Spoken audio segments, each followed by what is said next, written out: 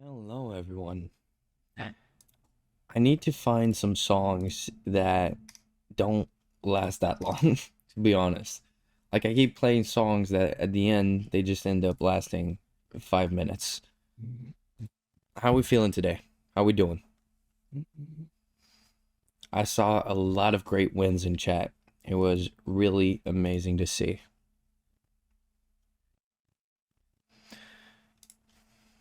Can you guys hear me? Can someone give me a confirmation here? I'm guessing I'll take that as a no. Okay. Yeah. Awesome. You guys are slow to answer when we start off. There could be a delay here, honestly. I would need to test it out, but definitely could be a delay. All right. We'll dive right in, right? Because Rise music is muted. You think that's why there's a delay? But yeah, music is muted. You can like unmute the music yourself on your chart and you have on your chart on your screen and you have like that Discord elevator music, but I don't recommend that. That's why I don't know you start. Oh, fair enough. All right, look, we'll dive right in. A lot of people had a really good day today, right? We saw that in chat. Everybody trading the unicorn was really awesome to see. I just want to say that, guys. You know, from students to people who aren't students, just everybody seeing those trades. It's really awesome to see when you guys take the same trade I did. And some of you, right, have less experience and you coming in and trading the model. I just wanted to say, it's really cool to see from my part. But just higher time frame, right? What were we looking at? Same thing, that gap above, big draw. So just keep drawing towards this level. Also, as we can see on Monday, right, we dived into this low. What are we doing? We're ranging. So mean reversion, trade back into the range. And what do I mean by that? I'm referring to this range specifically. So whenever we range like this, and I'll talk about it, but I split everything into quarters, right? So from this point on, the range has been created. And let me actually move it so that we don't look to the left. So this is when I start using this range. And now, of course, I anticipated, well, let's be even more precise actually, because I anticipate us to go and target this high. But when we don't go and target this high and we induce it, then I can start and utilize quarters. And what I'm going to do is I'm going to look for reversion. So for example, here we traded very much lower. So I'm going to look for reversions first to the midpoint. Now opening up here, I'm also going to look for the next quarter. Now we mitigated this quarter, didn't close through it. We're going to return to the next one. Of course, now we're just gapping all over the place, right? With this huge new week opening gap that we created this week. But I use these quarter levels to tell me, well, to give me insight, right? And more often than not, I know that price will gravitate around 50% of that range, offering fair value. Nailed it. Session high time and low time, we'll look at it, right? But the 10 a.m. low with a 312 high, 1004, 1005. Wow. Yes. For those who don't understand what's going on, I'm looking at Bird Dog's comment. And, you know, for the people watching this on YouTube, well, just have to be here. Just have to be here. But yes, so framing this, right?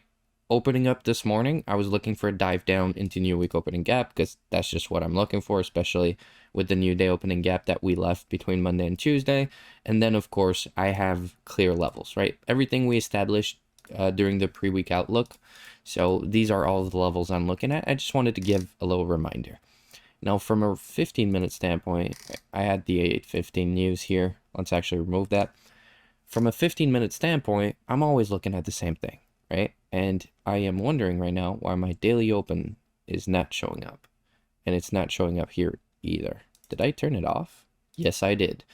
Oh, because I turned it off because it was the same as the midnight opening price, actually. That pisses me off when that happened.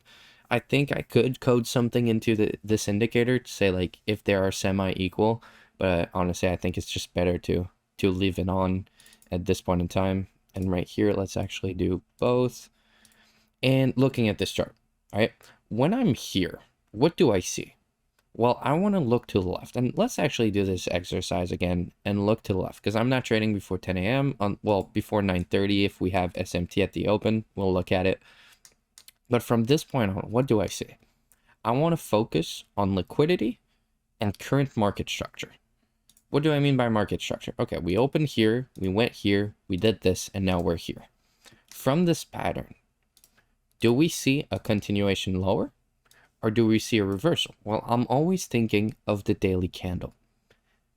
This daily candle should not close bearish. Why? Because yes, you can say we opened and went up to this level, but this is not a key level in price. Once we retrace lower here, what are we doing? We're trading back into the current weekly range.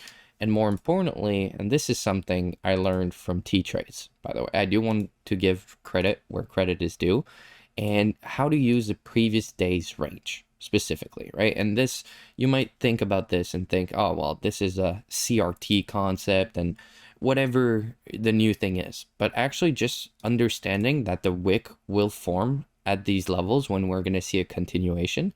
So if I'm framing trades long to these relative equal highs, which was my bias, by the way, then I'm going to understand that the low should form somewhere in here in the best case scenario. So any point under previous day's EQ is going to be a mitigation level. Just like I used today's midnight opening price, and when we return to it, I either want to see expansion through, retest, and continuation, or I want to see us touch it and then continue in the other way, just like support and resistance, right? That's actually what it is, what I'm looking for. But I'm looking for that same thing to happen at that midline. This is what I like to call a mitigation level. I don't know if people have different names for it. Personally, that's just a name that I've found makes sense for me. So once we turn here, we've mitigated this level and can now change in direction, pretty much. And that's what I was looking for specifically. Let me remove the drawings on ES, and then we can get out of replay mode and see what actually happened. Because when I'm going on my chart here, let's actually look at a 15, because I didn't even check if there was SMT at these lows, which it doesn't seem like there is on a 15-minute time frame at least. And looking at this low, we did not take this out. This candle, we took it both out. So on a 15-minute time frame, I'm not seeing any SMT over there. Let me just mute my phone. Sorry about that, guys. So I can't see some SMT directly here. Of course, in a 1 minute, I'm sure I'm going to find some. But just having intraday SMT at this level gives me good confluence that this should be, well, is a candidate for being the low of day. But honestly, just the fact that we returned into a discount of this range is more than enough. Now looking at this, I'm opening my charts at 9:30. And let's be honest, even if I don't have a clear direction, I'm going to have multiple frameworks that I'm going to be looking to trade pretty much, right? And if we look at 9:30 here, which is right here, first thing that I'm going to be looking to trade is, okay, well, is there a clear manipulation followed by SMT? This is a clear Judah swing lower, so manipulation, right? Right here. Now, is there SMT? I believe there was, if I'm not mistaken. So these are both taken out. It's this one, right? No, there actually wasn't. Why did I see SMT? I remember this morning seeing SMT. I guess it was further to the left. So right here-ish. I'm looking at this. There's, of course, divergence here. But yes, no, there wasn't any SMT right at 9:30. Well, see, I made a mistake today. Didn't even realize it. So I guess these PA reviews are also good for myself. I was looking for a trade here. I just didn't get an entry PD array until it was too late. So if I'm looking at long here, I'm just waiting for us to form a unicorn. And we're just not displacing, right? Not creating fair value gaps up until this point, which at this point, it is just too late for me to enter in the move personally, looking at this, because I had a first objective at just a very clear high in my book, which this is Asian session high, if you want to call it that, right? But current daily high, right? A lot of people I've seen actually look at the data for Asian session high for today, which is definitely great. I was personally looking at previous day high, especially since we had equal highs at this level. That was just a very clear objective for me. But we'll also mark out this Asian session high. Let's actually mark it out as such. I don't spend enough time. Asian high, that sounds bad. Asia high, because it's the Asia session. There we go. So I don't spend enough time actually marking out what the levels I use are.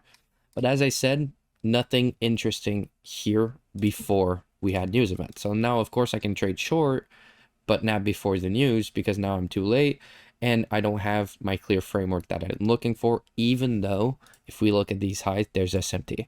For me, it's just we're getting ready for news now. It's too late for me to look for a trade until the news comes. Now the news comes, we see a Judah swing higher. Now, of course, what does this tell me? Well, I want to be bearish here. That's the truth, right? I want to be bearish. I have a manipulation higher confirmed with SMT. Now, it all comes down to the fact that my higher time frame objective were these equal highs. And of course, having current daily high here. And you know what? I really like current daily high because that's how I think, right? When I'm looking at today, I'm looking at, okay, what's the current high, current low?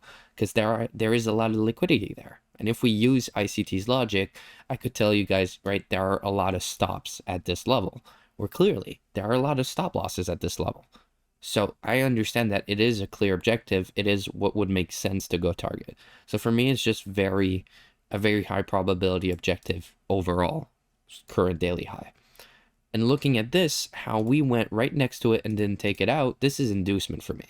So that's the only reason why I wasn't looking for a short.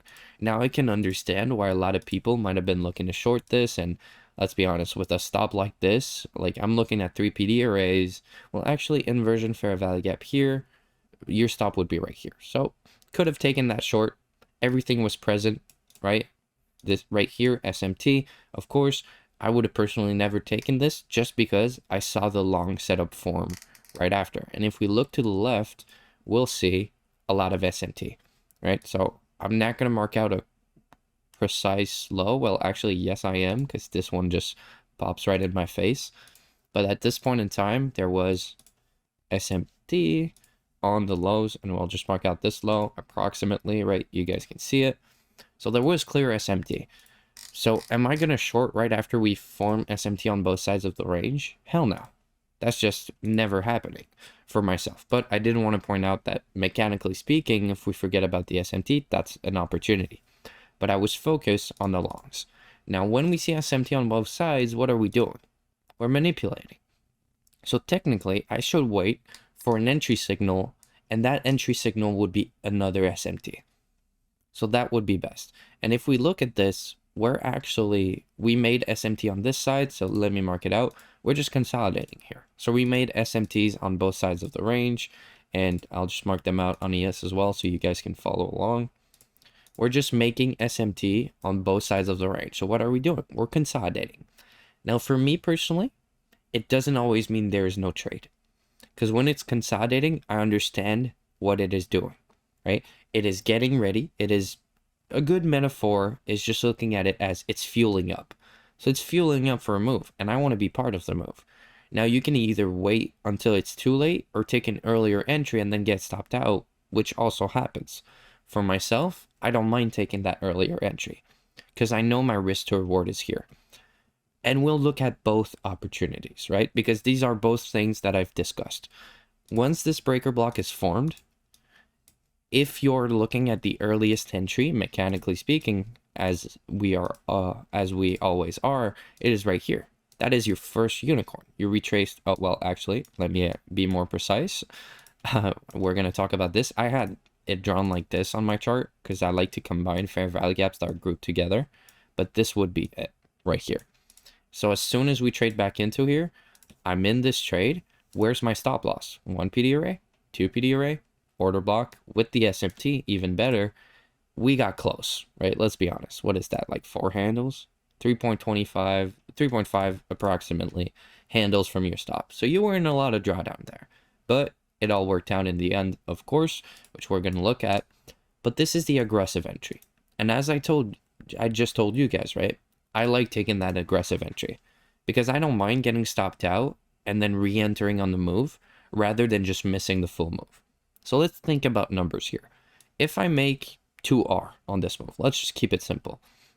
If I get stopped out once and then traded again, I made 1R realized profit. Why? Because I lost 1R, 2R, 2 minus 1 equals 1. All right. What if I didn't take that entry and I waited for better? Well, if I make that move, if I get a better entry, then I make 2R profit, which is better profit, or I make 0. So I much rather, instead of risking getting either 2 or 0, I much rather just secure the 1. And sometimes it leads to 2 losses in a row, but it would have been a loss on the other one too. That's why. That's the logic. It does make sense in my head. I don't know if I explained it in the best way. Do let me know. But that's why I decided to take these aggressive trades. And this is a very clear objective, right? Honestly, look to partial at data highs here, which are the news highs. But you had Asia high just above here. I'm never going to look to take profit as early as this when I have a level that's 5 handles above it. And also if we get our standard deviations, this is your objective. Sweeping this just makes us go to the next one. And we're going to use this as fuel. So this is a clear partial objective for me. But I did want to specifically mention the data highs, which the data high technically, which was very beautiful here. If we go, wait, do you ever get out of trades early? On the 1 minute, there was a FVG SMT going in both directions. I get scared out if I stay on the 1 minute sometimes. Yeah, definitely, right? Because you have SMT here, here, and then you had further SMT if we look at ES here. But the truth is once I'm in a trade, I don't have a choice anymore. That's the thing. So for myself, what fixed it is experience. So just being more in the markets, I'm now more confident in just taking the trade, and then I just hold it. But beforehand, I would paper hand a lot. That's the truth. That's how I frame what you're doing, right? When you're getting out, you're getting scared. I call it paper handing, right? So you just stay on it, or do you go up a time frame? Always on the 1 minute. Right. This just gives me more information, but it's telling me the same thing as every other time frame should be. And if I'm wrong on this, more often than not, it's because I made a mistake. I wasn't being careful. I wasn't in line with my higher time frame expansion. So when I trade retracements, of course, I get stopped out way more often. But here, I was framing that the day was going to be a bullish candle. So I was framing longs. I'm below midnight open, below the New York opening price. News gave me a Judah swing lower. This all makes sense to me. Then if you don't take partials, would you just walk away? No, because I still want to be able to manage my trade. I want to be able to put it break even when I want. I want to be able to partial when I want. But one thing I'm not allowed to do is taking a trade off. Because that's the thing. I want to first build accountability for when I'm clicking on the buttons. So I don't want to just being able to say, oh, I go short one and then buy one and then short one. And yes, I did used to do this, right? But I want to build accountability. And second, once I click that button, I have an edge to make money, no matter what. And if I close my position, I just cost myself money. Even if I close it in slight profit, I cost myself money because I just took away my edge, my expected value, which we actually discussed, I think it was last week. But we were talking about EV, expected value. Whenever I click the button, I have expected value. Now, if I close my trade early, I just lost out on that. So I'd much rather be wrong and accept the fact that this is a loss and either I took a bad trade or I took a good loss and it's just part of my trading curve, to leave myself the opportunity of making profits. So that's just very clear to me. I'm either fully right or fully wrong. And of course, sometimes I take some slightly worse setups and I just break even quickly. That's the thing I'll do. But just to get back on track with this, as I said, this is the aggressive entry. Now, when I'm feeling a little more skittish, what I mean by that is I'm not too sure on the daily direction. I'm not too sure where price is going, which a lot of people might have seen. And you'll also see that some people today traded this instead. So instead of taking the first entry, what you do is you wait for a signal. And that's my continuation model, pretty much, right? We talked about it a few times over these PA reviews, but what you're looking for is the respect of an inefficiency on side with your trade. So the respect of a bullish inefficiency or the disrespect of a bearish inefficiency. What does that mean? Well, I'm looking for the invalidation of a bearish fair value gap or the creation of a bullish change in the state of delivery, a bullish order block. And see, you had 2 in 1. So right as soon as we close here, I could enter on this, or I would wait for this inversion fair value gap. But as soon as we close through it, I'm in this trade. So just for pessimism's sake, we'll call it as soon as the candle close, bought in on the open. And then that would be my more safe setup. Now, this causes me to lose out on trades, but it also causes me to have a much higher consistency because I don't take those losses. Whereas I entered too early and got stopped out and then got the good trade. But it does mean that I'm going to have a lower frequency of trades. I like to give you guys that insight, and I know I repeat that a lot, but it's mostly due to you can adjust this model to trade it the way you want. Some of these rules are rules of the models and should stay like that. And some of these rules are rules I made for my own because my psychology and how I like to trade. So I like to give you guys both options. So you can be safer, which means less trade, higher win rate, or you can be more aggressive, which means more losses, but better returns because you don't miss the moves. So, I mean, that's all up to you guys, right? But here just to get back into it, right? Inversion fair value gap is one PD array. Fair value gap does not exist yet. So order block, well, anyways, order block is lower. So you'd put your stop right at this low right here. And I believe, no, we didn't get SMT, right? Yeah, no, we were super close to getting SMT here. We had some lower time frame SMT, but nothing too important on that end. And see, this trade would have given you 2.07R, which is pretty great, to be honest, right? And if you did wait for the retracement into the inversion fair value gap, 2.6. And compared to that first trade, which we had right here, it is a lot less. But as I said, this is return oriented and this is consistency oriented. So it all depends on what kind of trader you want to be. More often than not, I'll go with the consistency, but psychologically, I can't accept missing a move that I could have been a part of. So I don't mind missing moves where I didn't get a setup. That's just part of the game. But when I have a perfect setup and I personally executed wrong on it, didn't take the trade, there is nothing that pisses me off more. You might have seen it, like I think it was 2-3 weeks ago, where I missed a perfect short. I think it was a CPI, right after CPI, perfect short. And I saw it live and I decided not to take it. And nothing makes me angrier, honestly, because I should have taken it.